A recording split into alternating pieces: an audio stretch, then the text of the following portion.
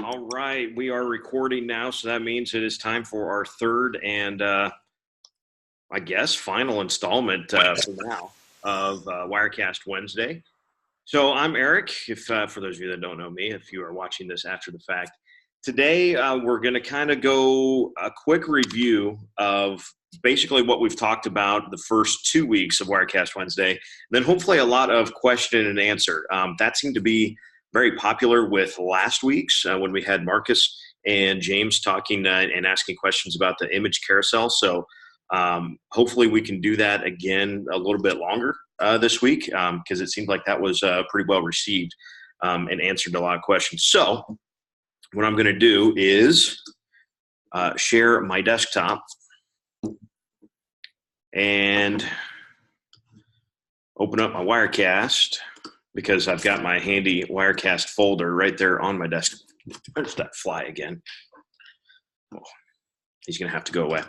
And we'll open up Freeman's template here, and we'll get into this. Again, why do I use the folder? I'm going to have to mute Slack. One moment, please.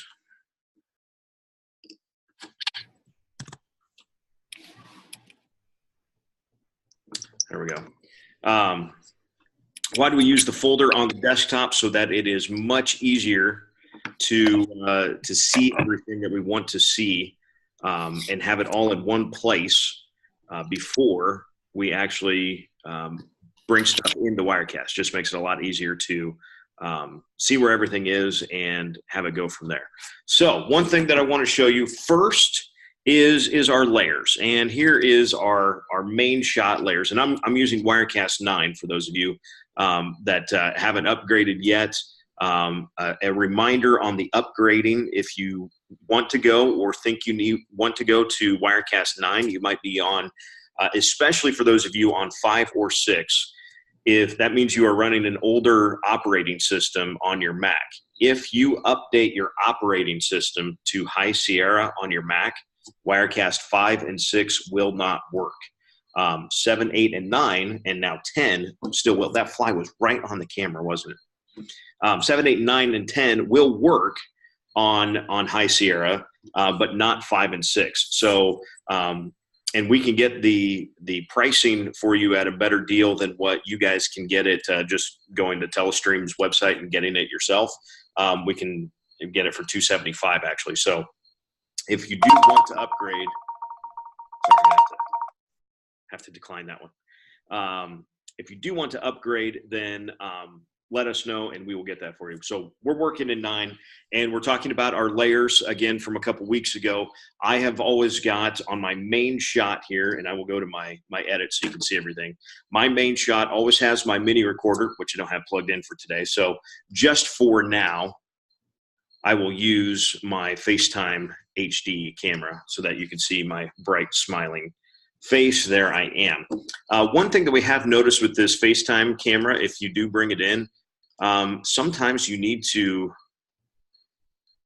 size it down. The FaceTime camera actually comes in bigger than what Wirecast wants. So you actually scale it down to about 68%, and then you can adjust it from there. So I always have my main camera underneath everything. We have created this cool little Striv overlay. It has the hashtag Striv Schools and the Striv Live. If you'd like that for your stream, let me know. I'd be happy to send that.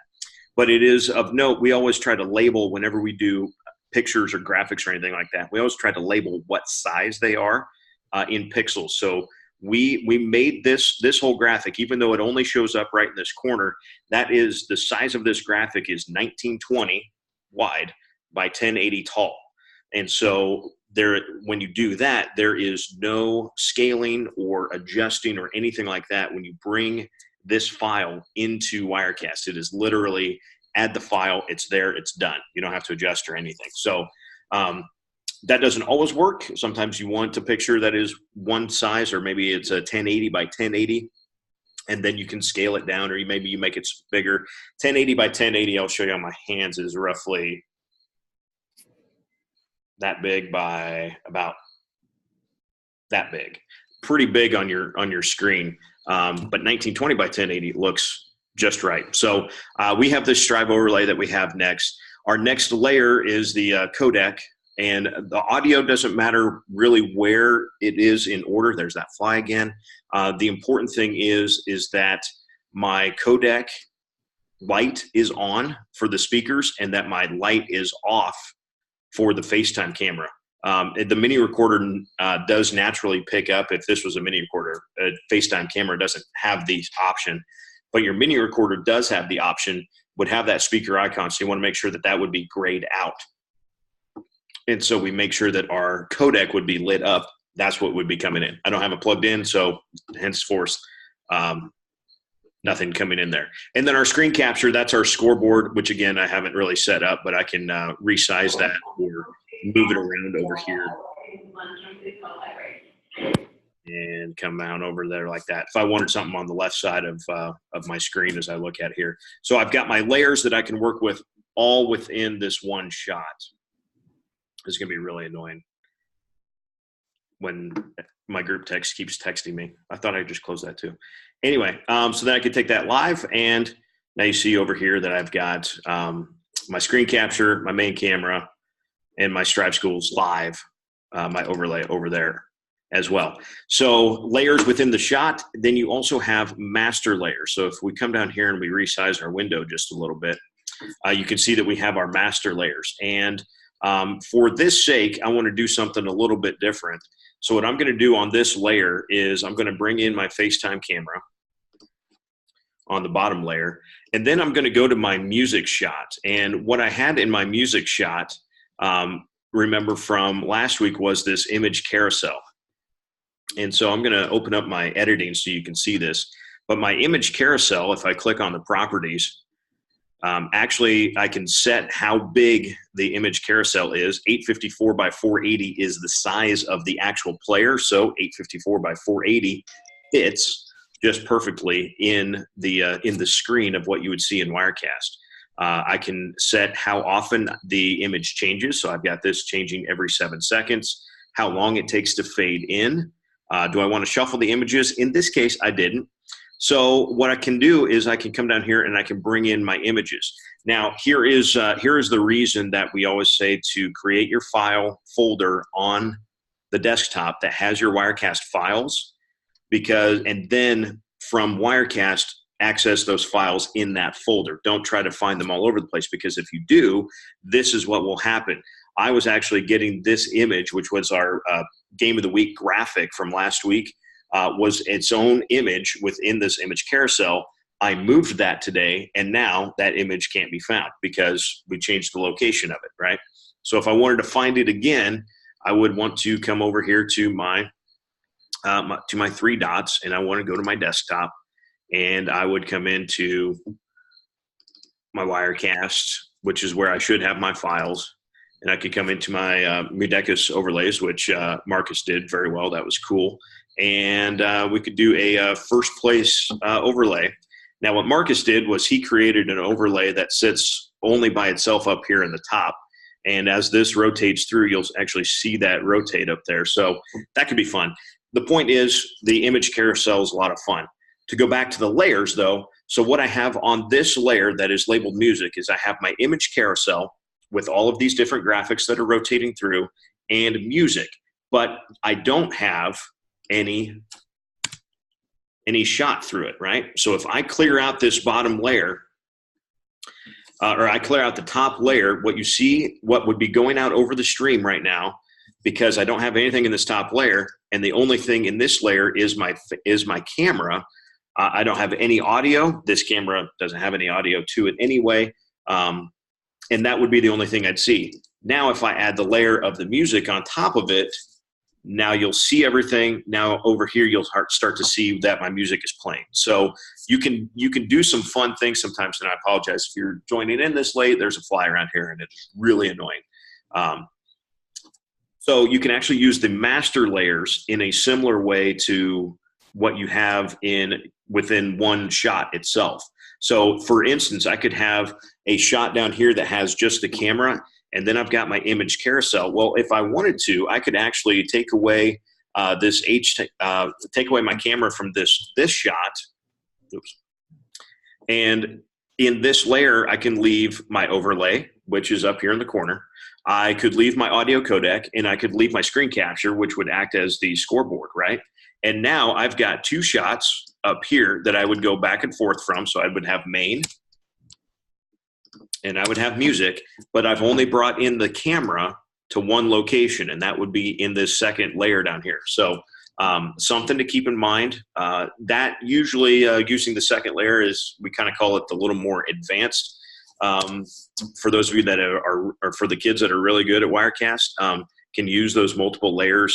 And you have 5 master layers, so you can really do a lot of fun things with that.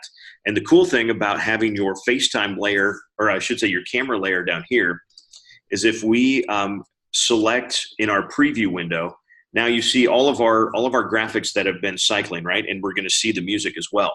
If I clear out the camera, my graphics are still cycling, and now it just has a black background because there's nothing behind it. Right, I have cleared this layer out. So when I take the shot live, I have cleared the second layer out, so it only is showing us what's on the top. Then obviously, if I want to come back with the camera, all I have to do there is go there. Typically, what you would probably see, we have our commercials over here. You'd probably go from main, which is this one, and you'd go to music then, and then you'd probably go to a commercial. So I have all of my audio sources up in this top layer, because that way I know real quickly that no audio can, for instance, my announcers can't talk over a commercial. Now, if I would drag this commercial down to this second layer, in theory, if I forgot to hit this layer off before I hit this one live, what would happen is, clear that layer. What should happen is, now I could be talking. If I didn't do this and I left my main on, I would still be able to talk over the top of this commercial playing, which is obviously not good. So I like to leave my audio sources all on the same layer. And then if I want to do some different stuff with graphics and whatnot, I have seen a couple schools that basically all of the audio is on the second layer. The cameras are on the third layer, and then all of your graphics, scoreboards, any overlays you might have, this image carousel, those are all on the top layer. So you have three layers to think about there. All of them can work. All of them can kind of do what you want them to do. It's just a matter of how you want to organize it and what your students can organize the best as well. Image carousel, if we wanted to go over that again real quick. Again, all I'm doing there is that is an overlay here in Wirecast 9, and image carousel is available in previous versions. It's just something that we didn't really use a lot, and then we kind of discovered it and was like, wow, that's amazing. So since we've already got one set up, let's set a new one up here. Set a new image carousel up, and then I come to my dots, and here is where I can set it to be how big. And so before we get too crazy here, let's get rid of carousel 1 and just work with carousel 2. Now, what carousel 2 does is it shows you the Wirecast things, and it will show you how big everything is right now. So here's where you can kind of resize things before you get started, and you can move these around. You can move this carousel around too. You can actually come back to your shot layer properties, and you can scale it down if you wanted to. This is what can be kind of cool. And then you can drop it down into a corner, and now you can have those same graphics that I had before. I could import those into my image carousel properties. I can come down to my 3 dots here, and I can go find all of those image files, like my Striv overlay, and my region 5, and my cornerstone, and I'm holding command as I click here, right? And the Striv play button and truck center companies. And so now I can drag all of those in there, and now they are all going to rotate down, and I can still scale this down, make it even a little bit smaller. Maybe I want to throw it up here in the top right corner. Now I've got an easy way to cycle through perhaps a bunch of advertisers. a bunch of announcement graphics that students have made. Maybe they don't have a ton of words to them because it's so small up here, but I can lay those out in a 1920 by 1080 and then bring them into this image carousel, and they will automatically play. That's what's really cool about the image carousel. And then, of course, I added as the second layer that sports beat. So as soon as I took that live, you would see my sports beat, my song, come over here. So that was a downloadable MP3. We bought the rights to that one. There's plenty of royalty-free music on the internet too. You can use all that there. So that's layers, and that is image carousel. One more thing that we talked about last week was media files and their defaults. If for those of you that are Striv schools that were on 5 or 6 or even 4, for those of you, I think, on the very first year of Striv, know that it was kind of a pain when you brought in a media file to make sure that you made it so that it would, at the end of the file, it would do what? Would it hold? Would it remove? Would it loop? Some things you wanted to do sometimes, but for the most part, we wanted our files to remove when finished. So we would go to a black screen when that file was done. So I've got a 30-second commercial here. What do I want to have happen when that 30 seconds is up? Well, I want it to remove, and I want it to begin playing when I hit live. So that's right. And do I want to remember the position when not live? What that means is if you come back from that commercial break, maybe I have to cut it short because they're ready to play again. If you leave that checked, it will remember that position of where the commercial was. And the next time you hit play for it, because when you hit it to go live, it starts playing, it will actually start in the middle of that commercial. Well, in a commercial or a video, we don't want to see that, right? So we always leave that unchecked for those types of applications. Then what you can do, hit set default. Now, any other media file that you drag in there will have these attributes to them. They will remove when finished, begin when playing, when the media becomes live, and not remember the position when not live. So now it's a lot easier. I can drag 4 or 5 video clips in there real quick, have it all set up, and because I have set a default, I don't have to change anything. Now, I did have to change my default when I brought in my music. You'll see that I had to change this to loop. The only thing I did there was not set the default, because the default I wanted was what I had for the commercials, which was remove, and to uncheck remember position, and to check begin playing when it becomes live. So that's really that. What I wanted to do for a good part of today is I wanted to open this up for question and answers, and then I think we can get Sarah back in here at some point to talk about a giveaway that we've got. I've got something that you guys all want, hopefully, or that at least 3 people did, I guess. So questions, answers, fire away. If I can show it to you on 9, I would be happy to. I'm not even sure I can see everybody here, at least at one time. So you might have to unmute yourself if you've got something. Marcus, James, you guys always have fun stuff to challenge me with. Anything exciting this week? I guess I have a question for you, Eric, on audio levels of commercials. So, like, if you say you found a royalty-free song or a new commercial, I guess if it's your first time throwing in a Wirecast, what are you going to be looking for before you just play on the stream to check audio? To check audio, here's the thing that I'm usually looking at when I do my audio, and I'll drag that down to the bottom so you guys kind of hide down there. But you'll see that I'm selected on my music shot, and I'm selected on my layer of sports beat. So that's my MP3.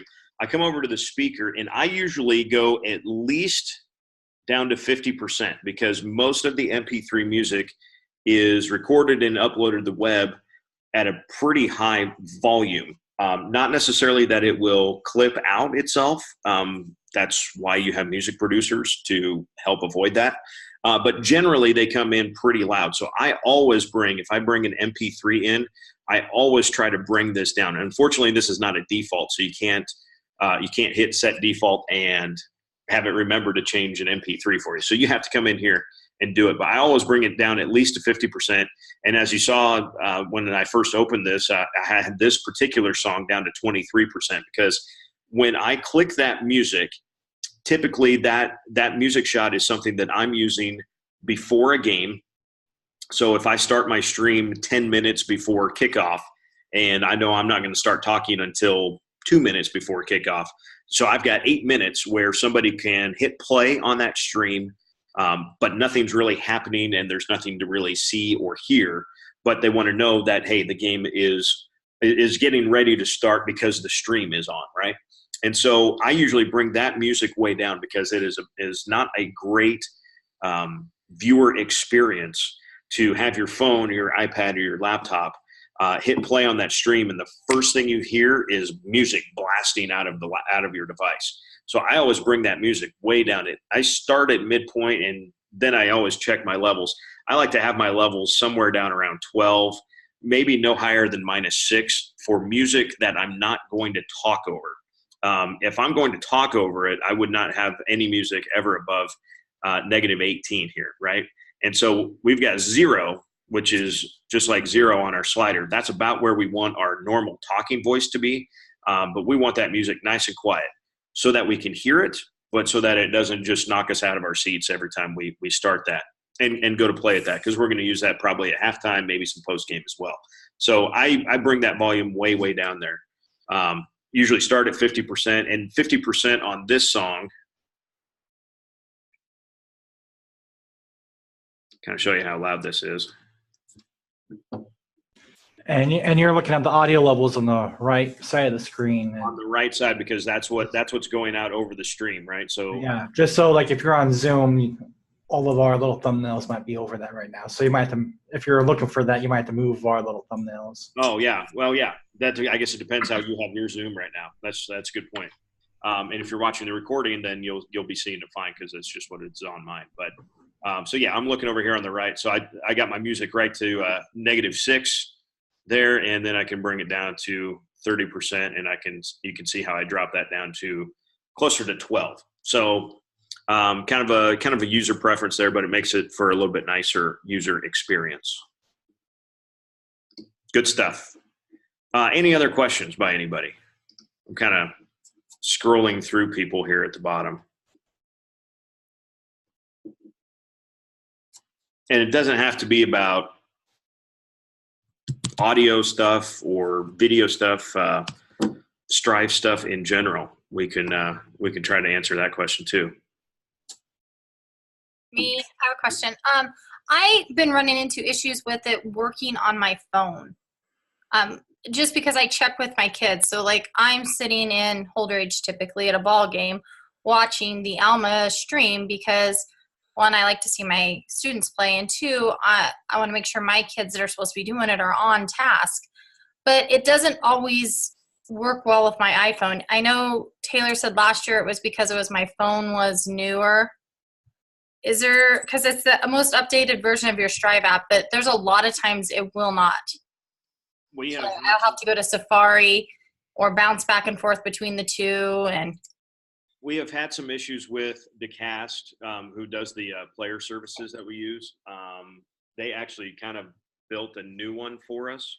So hopefully here in the last week, have you had a lot of troubles?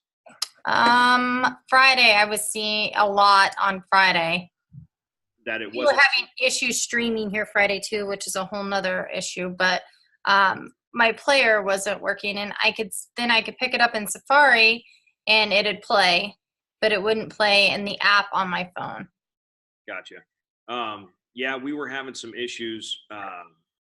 We were having some issues with the cast, making sure it was going through the correct way to the app, which is still kind of glitchy. But I know the app is a lot easier to find than trying to punch it up on Safari on your phone or Chrome on your phone too. Well, and that's fine. So you say, is it better probably at this point to use it through Safari than it is to use it through the app? It's probably more reliable at this point. Okay. Like I said, I don't check all the time, but like I'll check or score updates. Like I was in Holdridge Friday night watching the football game. My kids are streaming down here. So I was picking up score updates, make sure that they were on it. I was texting them, hey, whatever I needed to. But it was really glitchy getting to work Friday night. And my kids were like, well, and when I got home, then I brought it up on my laptop and it was working because our game started earlier in Holdridge. Okay. And so it was working on my laptop. So I don't know if that's just a mobile device thing or. And what browser were you using on your laptop? Chrome. I almost always use Chrome on my laptop. Yeah, that could, well, and so then the other thing about a cell phone is you're kind of always dependent upon what type of LTE service. And in Holdridge, I would think you'd be okay on what kind of data service you're I know, because there's times when we're on the road rodeoing that I just can't get it, and we just know that. But right. I mean, they never know when I check or don't check. That's kind of the beauty of it. So. But it's been a struggle, and it shouldn't be. Like you said, in Holdridge, I have good service, so it shouldn't be. Yeah. But I didn't know if that was just an ongoing thing or if it's just I'm not smart enough to run it thing, because that could be too. Well, the reason it's built the way it is that you shouldn't have to be too terribly smart to go to the right channel and hit play. That's the reason. So that sometimes that takes a lot of extra work on the back end to make sure that the user experience is very easy. So we like hearing that. That means that we can go to our developers and we can go to DeCast and say, this is what they were seeing, this is what they were experiencing. How do we fix this? So so not great still through the app, but could you get it through the app at all? Sometimes, and sometimes it's like the play button just isn't there. And so if I kill the app and relaunch it, sometimes I can get it to work, or sometimes I just go to Safari and I'm done with it. But it's been very not friendly for the most part. But especially the app has not been. Yeah. And for me, I'm checking it. I'm almost always my kids have a game. I have 3 kids playing volleyball, so almost always we have a game on the same day Alma does. Right. So I'm constantly checking it, and it doesn't seem to matter where I'm at. Even on my iPad at home, it's kind of that way. And I didn't know if it was just our channel, because then we were headed to Wood River to watch my varsity girl, and my littlest daughter was watching the JV game on my son's iPad, and it worked almost the whole way there. So I didn't know if it was my phone thing over the iPad. So does the iPad have the app, or was that just through Safari then? We did try it on the app, but I didn't know if that was service or not. But then she just brought it up on Safari and it worked. Okay, so it sounds like our app is not great then. Stable at best, I guess, would be a good way of putting it. I just didn't know if anybody else had said anything, or if any of the other schools had consumers saying that. I have not gotten the app to be great at this point, but I mean, like you said, you can always run the Safari and it seems to work better there. Okay. Well, I mean, I will chime in on that. On my experience, I actually normally use Safari, but sometimes if I'm at home, I'll hop on the app. And most of the time, it's not necessarily playing the stream, it's just getting it to load. Like I get to the school and it's trying to load the school page. Yeah. And I can tell you, like, my internet isn't the best in some of the places I'm pulling up, and the player is like the last part of the page that loads. Right. And so sometimes I have to just hit the back button and go back to the school, or close the app and try it again. Right. And that seems to be dependent on how fast my internet is. But okay. Because once the stream starts, I don't know if Dom would have any other thoughts on that, but once it starts, I haven't seen a difference. Most of the time, once it starts, it's pretty good. Sometimes it's like it freezes, and that could be, like he said, internet or service, but I have cable internet at home too. But sometimes it's like it freezes, but there's not like a refresh to get it to go again. So it's like close out of the app and everything. So if that player like any way glitches, you're done. You better just close the app and like force close it and relaunch it and get back in. And then, like you said, sometimes it just, maybe I'm not a patient enough person. That would probably be a true statement, but it's just like you never get it I'm like, I want to look at it real quick because something else isn't going on where I'm at. And by the time it loads, I'm like, I'm done. You're done with it. Gotcha. Yeah. Okay. Well, that's all good stuff, and that's what I can share that with Taylor and the rest of the guys that work on the app. So to keep grinding away and seeing what those problems are that keep it from loading fast. If I just, had less kids or, worked at the school my kids went to, that probably would be a problem. Well, but it's a problem for somebody, so that means we need to take a look at it. So that's good to know. Thank you, Dawn. Yep. Any other thoughts, issues, questions, stuff like that? Yeah, we had an issue with viewers using Internet Explorer. The play button would show up while they were playing it. So we got that, and well, that was your email Friday, right? Yes. Yeah, and what did Taylor say? Was it? He said that it was the update you guys had done that basically don't use Internet Explorer at this time. Yeah, don't use Internet Explorer, which is so weird because that's what, I grew up and it was like you had AOL or Internet Explorer, right? And now it's like, or Netscape. Yeah, I remember that. Netscape, right? Internet Explorer does not play well with Striv stuff, which is really weird to say. And I'm not sure why that is, but there's something in the way Internet Explorer reads the stuff that we're putting out as far as the stream is concerned. It just it doesn't like it. And then to cast, the play button was staying up. So we got a whole new player for all of the schools, which worked great. And then that was what was kind of interesting about your email. Then James was like, wait a minute, we fixed this for everybody. Why is somebody still having an issue? And it was Internet Explorer was kind of basically pulling an old player, I think. So if possible, don't use Internet Explorer. We had the same issue, but it was on an iPad on Tuesday night. On iPad and a phone. We had two viewers texting about that. And I texted Taylor, and he said I had to do it this updates last week. And they were doing Safari? Yeah, both of them were. Okay. Yeah. Interesting. But I think Taylor knows he was going to go talk to him. Okay, yeah. I know that's and he was just out there last week. He actually met with the guys at the cast, so that was cool. So hopefully him meeting them speeds some of those things along a little bit when issues like that come up. So interesting that it was still doing that on Safari. And that was just on Tuesday?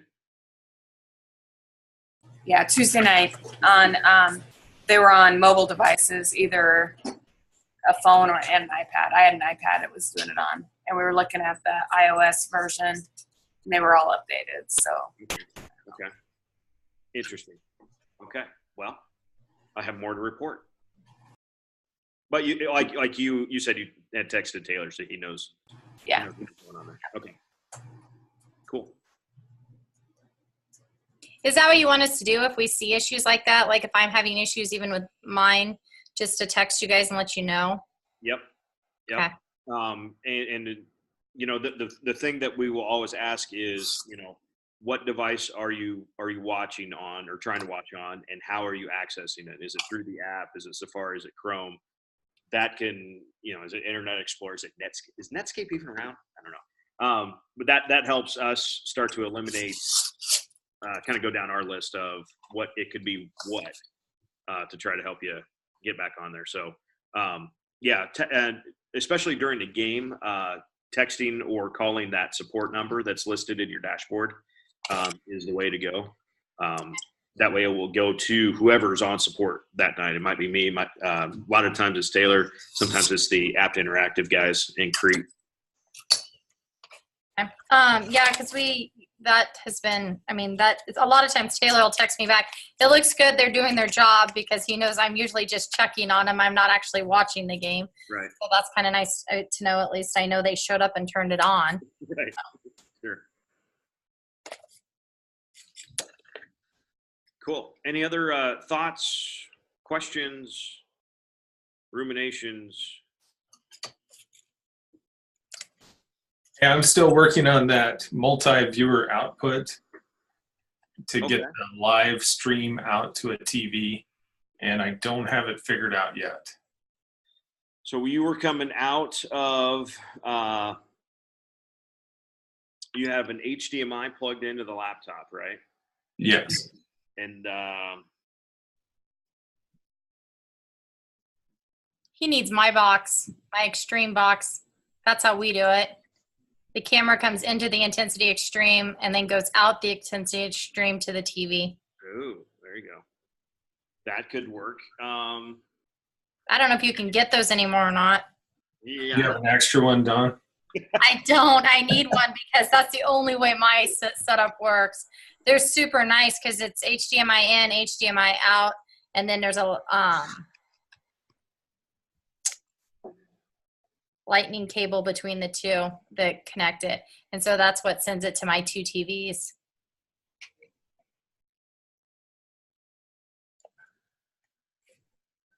All right, so I have got, I just plugged in an Acer HDMI monitor, and let's see what happens here. So the first thing that shows up on my monitor, and I know you guys can't see this, but it says no shots assigned. So I'm going to go here and I'm going to configure my displays. And this SA230 was the monitor I wanted.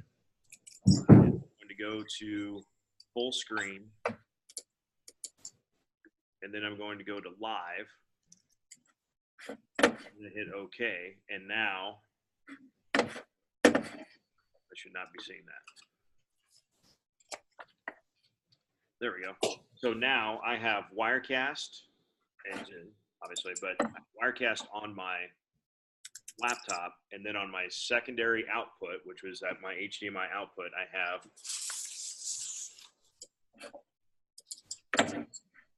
something. You can't even do that, can you?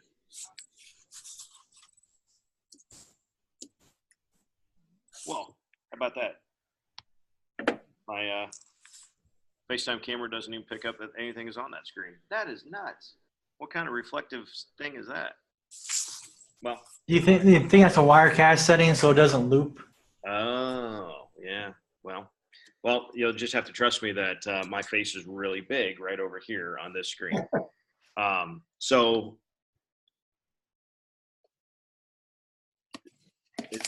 are those all the steps that you were doing, James? Yeah. I will try again. I think maybe it's the configure displays where I messed up a little bit. So, so then the color LCD, right? The color LCD is the actual laptop. So obviously you don't want to set that to your output because then all you see is what you're outputting. Then you want to go. I mean, you can do horizontal split if you wanted to, and if you wanted to show everybody what your live and your preview were like, you could. I don't know why, but that wouldn't be near as cool. So configure displays, clicked on the SA. I want to go one slot, full screen. Oh, there we go. I want to do not draw labels. That will, I think, should take away. Yeah, that took away my, if you saw it here a couple, or maybe on some other time, if you have that draw labels, it will actually have the red live box around the whole thing. If you uncheck that or go to do not draw labels, then you eliminate that live box around the video. So now I have a clean output of whatever is coming out through the live feed. okay. Thank you. Yep.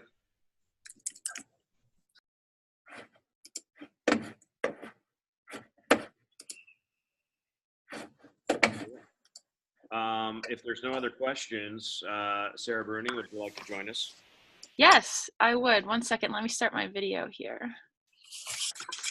I was definitely listening to you, and those are great questions. I was just doing some workshop stuff, I guess, and all of you guys are coming, Marcus and Lincoln, and we got James, and we've got Dawn, and Holdridge and Neely. That's super great. And so lots to do. We just got back from Bridgeport last night, and we were in Milford this morning. So lots of great stuff. But we have our giveaway And Eric, do you want to talk a little bit about the microphone? Because I don't know a lot about it because I actually don't have one. Well, this microphone, whoops, there we go. So this microphone is made for cell phones, actually. If I can show this here. Made for a cell phone that it plugs into the headphone jack. Now, it says on here, made for iPhone and iPad. I'm not sure if that was the old iPhone and iPad that actually have a headphone jack on it or not. But to instantly improve the audio quality of your cell phone or iPad video recordings, this is what we are giving away. Super handy. Rode makes excellent stuff. Almost all of our stuff, there's Rode. Almost all of our microphones, handheld stuff, the wireless lavalier mics that we use, the NT1 microphone that I use when I podcast, all of that, even the mobile podcasting setup that we have has 2 Rode microphones. So really, really good quality. And usually super easy to use. Plug it in and away it goes. So that is the video mic me that we are giving away. Cool. Great, thanks, Eric. And so, in case I missed anybody, I'm not sure, but the people who emailed me were Neely from Adams Central, and then Craig Badura from Aurora, and Tanner Long from Mitchell. They sent me their video projects that they did. That was one of the things they had to do. We also said post it on social media. So if you guys posted it and you didn't email me, maybe tell me now. But otherwise, we just have these 3, which is great. Like 10 seconds. Yeah. So got a hat. You literally got a hat. Literally. Okay. And the winner is, not looking, Tanner Long from Mitchell, but he's not on here, but he still wins. So we'll just have to give him a call, I guess. But Neely, thanks for sending me an email with all of the projects. That was really great. And Craig Badura, his kids put together a little video. They came to Lincoln and hung out with me for a little bit and went around to a lot of different places. So that was fun. And maybe we'll have more giveaways. More giveaways. That must mean more Wirecast Wednesdays. I think so. Perhaps. I don't know. All right, so we'll get a hold of Tanner and get him his microphone. So be forewarned, when there's giveaways, it's cool stuff. Like a couple years ago, we gave away a GoPro. Yeah. And Sandy Creek still hasn't put it on the GOAT yet, which I'm actually really disappointed in. Okay. In any effect, if there's no other questions or thoughts or comments or anything like that, or Sarah's got something. I've got something. So I guess this is more for Don and for Marcus and for James. Did you guys hear about the giveaway? Did you think you already, maybe you have that microphone, didn't have any content, or is there another way that we can better communicate when doing a giveaway to have more people participate? I didn't know about it. So I missed that somewhere. Okay. Dawn, do you get my weekly emails? Sometimes. I don't get them weekly. I get them randomly. Okay, so did you get the one about, it was probably 10:30 this morning about the Wirecast Wednesday? I did. I've gotten them the last couple weeks, I think. Okay, so we sent it out, I think maybe twice, but usually we'll send that with 4 other things. So workshops, what we're doing. So maybe I can send just a straight up email about it and do something just besides the weekly email. If that helps. Also, our Twitter is where we posted a lot about it. So if you're active on Twitter, on the Striv TVU Twitter. Striv TVU Twitter. Okay. But that's good feedback, Dawn. I appreciate that. Sometimes we like to put 5 in the email, but maybe special things like this, I'll send another one. Well, if it said last week we had a late start, so my schedule was all messed up, and so because we either had testing or something. So if it said Wirecast Wednesday at noon, I knew I had kids at noon, so I probably didn't even open it. So that's probably my bad. Oh, I knew I wasn't coming. Yeah, no, that makes sense, and that's good feedback. So that's good to know. We just didn't have anything to share. That's okay. That's not a problem. I just wanted to make sure that the word was getting out there, and it also took time, and sometimes it's the day of and you're like, well, guess we didn't do it, so, and that's fine too. Yeah, I saw it on social media, email, but we didn't have anything to share either. Okay, all right. No, thank you, James. I appreciate And that. James, I still love the building of the team. That might be good. I'm gonna pin your video real quick, because can you talk about the VP of operations and the different kind of titles and roles that you give kids, and a little bit of kind of where you came up with that, because that could be useful for some other schools too. We came up with that at my old school at Southern Valley, and kids just started giving themselves titles. I called myself the CEO, and everybody starts out as an intern. And so I don't have a class right now. I just have volunteers, and had a kid show up last night. He had never streamed before. I took about 2 seconds to show him the scoreboard app, and he was good to go. I had everything set up, and I'm like, we need to get together sometime so you can learn how to set this up. But then once they stream once or twice, I tell them pick a title, and they can be anything. I've got one kid that's done all the football games so far. He's the vice president of operations, and we'll come up with some creative titles. And it's really whatever the kid wants to come up with. Funny story from last night, I was trying to tag this kid in a tweet, and I tagged somebody else with the same name. So I had a little conversation going with this guy from Iowa, and eventually asked him if he wanted to join the team here in Holdridge, because he responded, "I'm not an intern." I said, "Well, you could be." So finally got the right kid tagged, and we were good to go. So we just kind of have some fun with it, and gives the kids some ownership. And I tell them, put it down on applications. It looks good, like you're an officer in a club or something. So Absolutely. leadership It's position. just like being the section leader in band, Yeah. right? There you go. I mean, same kind of stuff. So I'm going to parlay that, and now I'm going to unmute Marcus so that he can talk about. And I know you kind of borrowed the idea, but do you have one of your student passes? If you give me about 10 seconds, I'll go grab one. Okay. Well, we'll give Marcus about 10 seconds to go grab something. Oh, it looks like Don's got something too. Let's go to Don. Live stream media pass. Okay, what how did you create that there, Don? Well, I'm cheap. So we actually started making our own ID cards this year for the staff.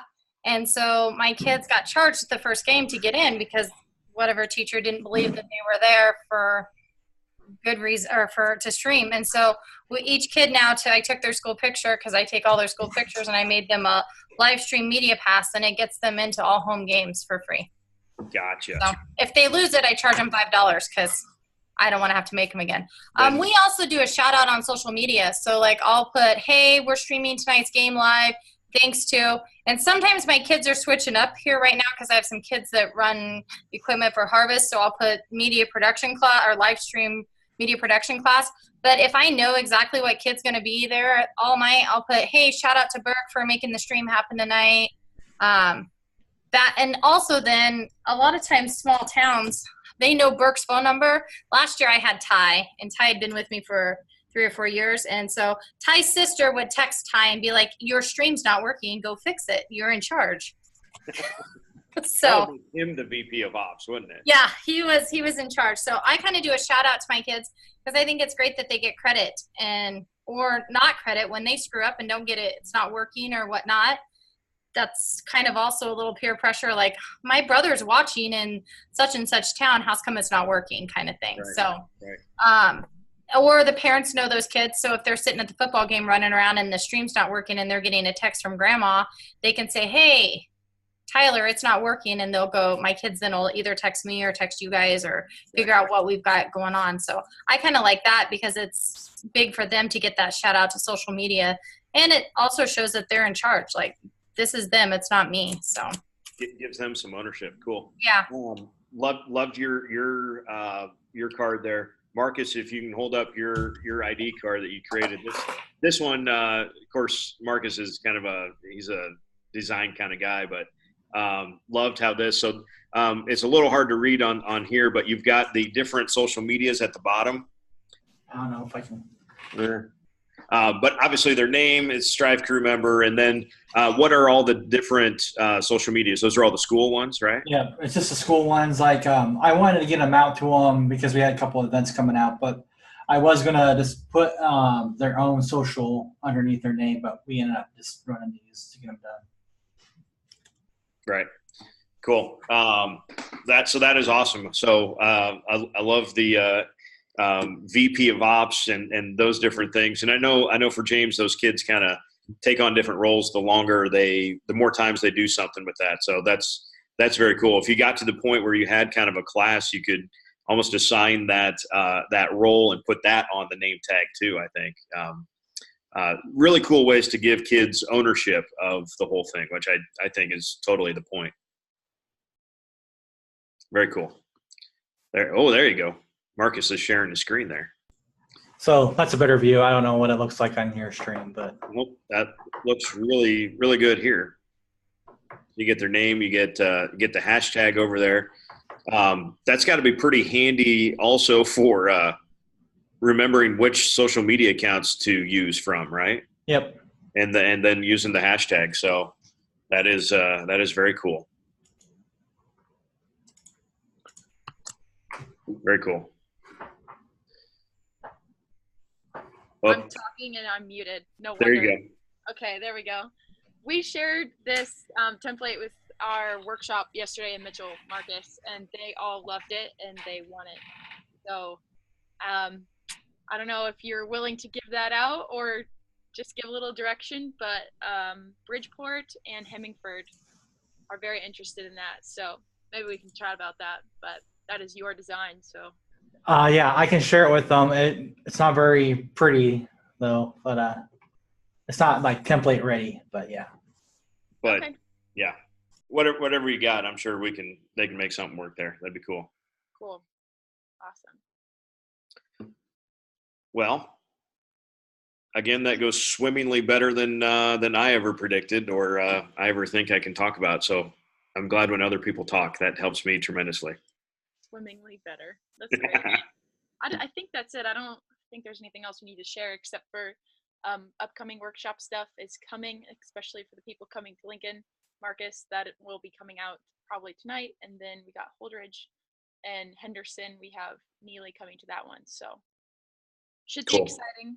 And we're going to Holdridge when? The end of October. I believe that's what, the 29th? Let me look it up here. 29th. James gives a thumbs up. So 29th, and yep, the 29th.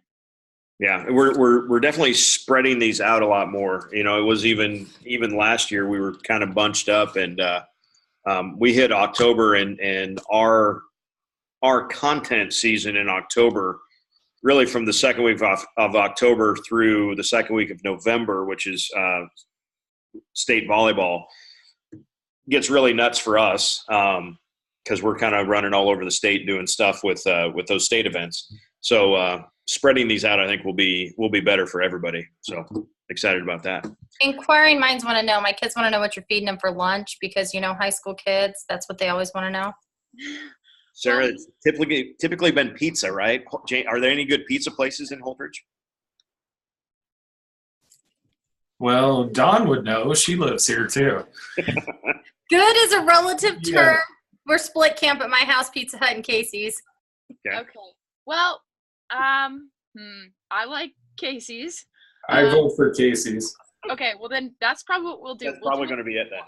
We don't need to send a feeler out, or that decision has been made.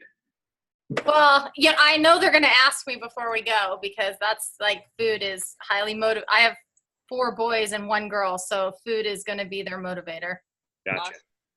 Honestly, the best part, if you're thinking about how to prepare for the workshop, when we were in Bridgeport, the kids that came were really engaged. They asked a lot of questions, and a big part of the day is kind of looking at your Striv team and what you're doing and like the next steps you can take, or just kind of self-reflection on where do we want to go, what skills do we have oh, I think I'm really good at video and this person should just do audio. And that made for great discussion.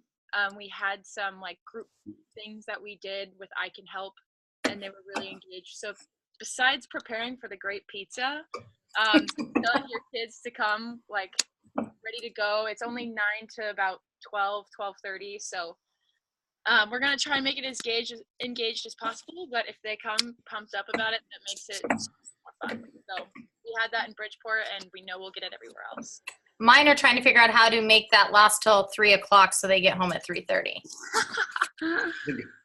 It's not that long of a drive from Holdridge to Alma, though, is it? Half an hour. So they said they need something to do for 3 hours. Well, you could send them out and have them create content, create some Yeah. videos or something. I mean, we do encourage that while we're there, is to document. We'll share a hashtag. Maybe we could come visit Holdridge's Operations Center. There we go. Maybe we could. That would be fun. That's the funniest thing I've heard today. I'll bring my 4 boys and my girl up, and we'll just come hang out with you for the rest of the day. The operations center here is about a 10 by 12 room, so I don't think we'd fit. Oh, well, I won't say much. I have a really nice classroom with a lot of stuff in it, so. That's funny. Oh, good stuff. Good stuff. Okay, then. Well, there's everybody. I've got nothing else, so if nobody else has anything else, we'll call this one Wirecast Wednesday for the month of September, and perhaps we will do this again later this year. Yeah, maybe I'll send out a feedback form to see what else you guys want to learn about. Yeah, Wirecast Wednesday is just a fun name, but we can sure talk about whatever on these weekly things. These are good. This is how we get better, and this is how all of the schools get better too. Cool. All right. Yep. Thanks Thanks a lot, everybody.